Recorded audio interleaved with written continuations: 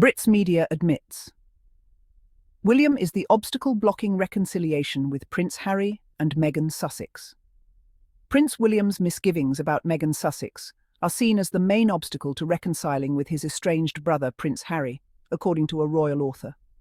The Prince of Wales, 43, is understood to have had no contact with Harry for more than 2 years, with their fractured relationship further damaged by the Sussexes' projects, including a tell-all memoir, high-profile interviews, and a Netflix series.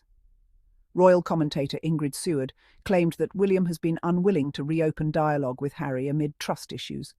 "The flea in the ointment really is very much Meghan," she said. "She's disliked." Those are the exact words lifted from the Brits article, and they serve as a mirror to how the British press, without realising it, lays the blame for the fractured state of the monarchy not on Harry, not on Meghan, but squarely at the feet of William himself.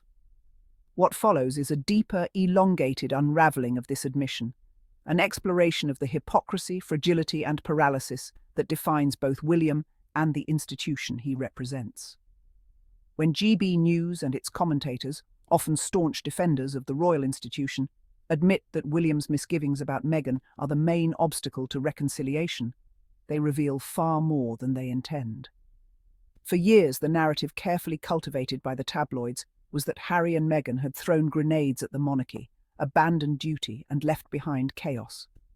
Yet here, even from the mouths of the monarchy's own media defenders, emerges a quieter but unmistakable confession. It is William who refuses to move, William who clings to grudges, William who blocks the door to peace. The phrase "main obstacle" is devastating in its simplicity. An obstacle is not a bystander. It is not a passive object. It is an active barrier. The British press has, perhaps accidentally, placed the spotlight directly where it belongs, on the future king, who has mistaken his role as monarch-in-waiting for the power to act as judge, jury, and executioner over his own brother's happiness.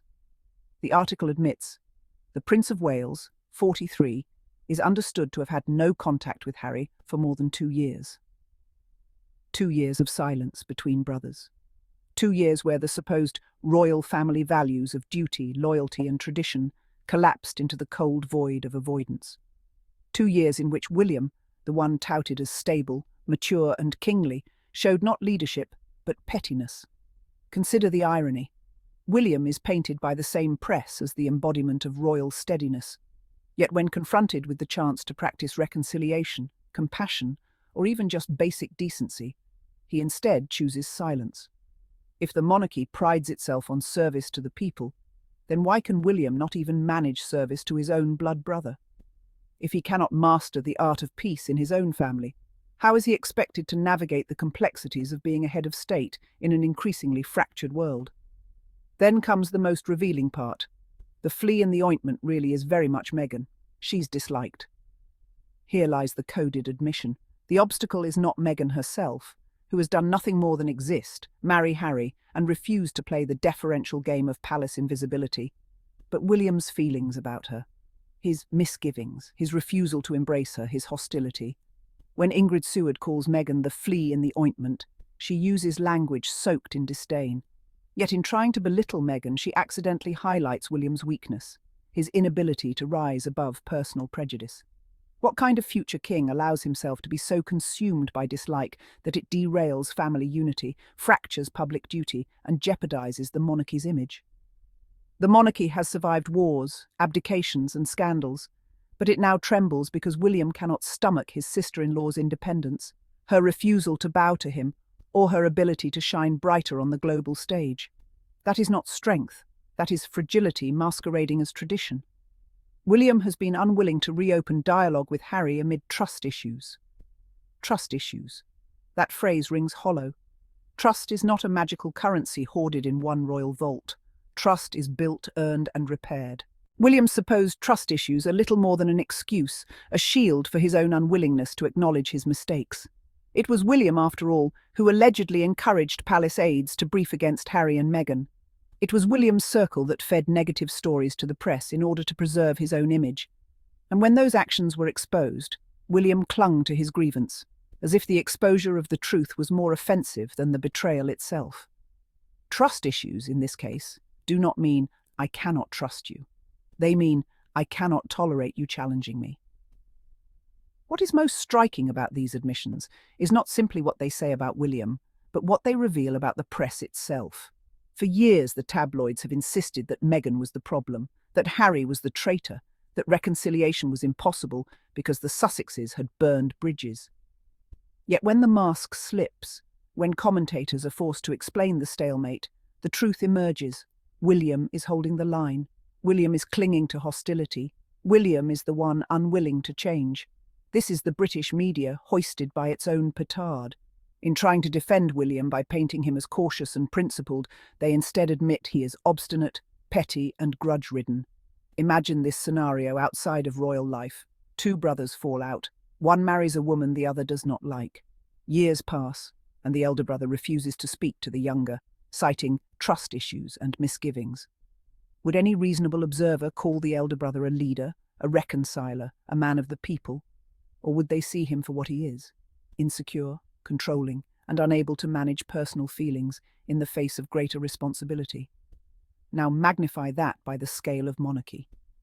William is not merely Harry's brother, he is the heir to the throne. His behaviour reflects not just on himself, but on the institution he represents. If he cannot overcome personal grievances for the sake of family unity, how can he possibly be expected to embody the unity of a nation? It is telling that even as the press admits William is the obstacle, they cannot resist turning Meghan into the scapegoat. The flea in the ointment language reveals the extent to which she continues to haunt the institution. Not because she has done anything wrong, but because her existence exposes their hypocrisy. Meghan represents modernity, diversity, and independence. William represents tradition, rigidity, and control. The two were never going to blend easily, but the failure lies not in Meghan's presence, but in William's refusal to evolve. By labelling her the problem, commentators like Seward unintentionally admit that William's monarchy is brittle. If one woman's independence can destabilise it, then perhaps the monarchy is not the timeless, sturdy institution it claims to be. The image of two royal brothers not speaking for 2 years is more than a family quarrel. It is a metaphor for the monarchy itself. Out of touch, frozen in conflict, incapable of adaptation. The institution that claims to symbolise unity cannot even mend its own fractures. Every day William refuses to reconcile with Harry is another day that the monarchy loses relevance. Every time commentators blame Meghan, they reveal how desperate the institution is to find scapegoats instead of solutions. Every time trust issues are cited, the monarchy looks less like a beacon of stability and more like a soap opera of entitlement. Prince William's misgivings about Meghan Markle are seen as the main obstacle to reconciling with his estranged brother, Prince Harry. Those are the words. That is the admission. For all the noise about Netflix, memoirs, and interviews, the truth is simple. William is the problem. By putting it in print, the British media has confessed what many already knew. The future of the monarchy is not threatened by Meghan's independence, nor by Harry's honesty, but by William's stubbornness. He is the obstacle, the silence, the fracture. And if he cannot overcome his misgivings, then perhaps it is not just reconciliation that is doomed, but the very monarchy he is meant to inherit. To all my curious Sussex family, thank you all for watching, and do not forget to subscribe, like, and put a comment. Bye-bye, see you then in the comments section.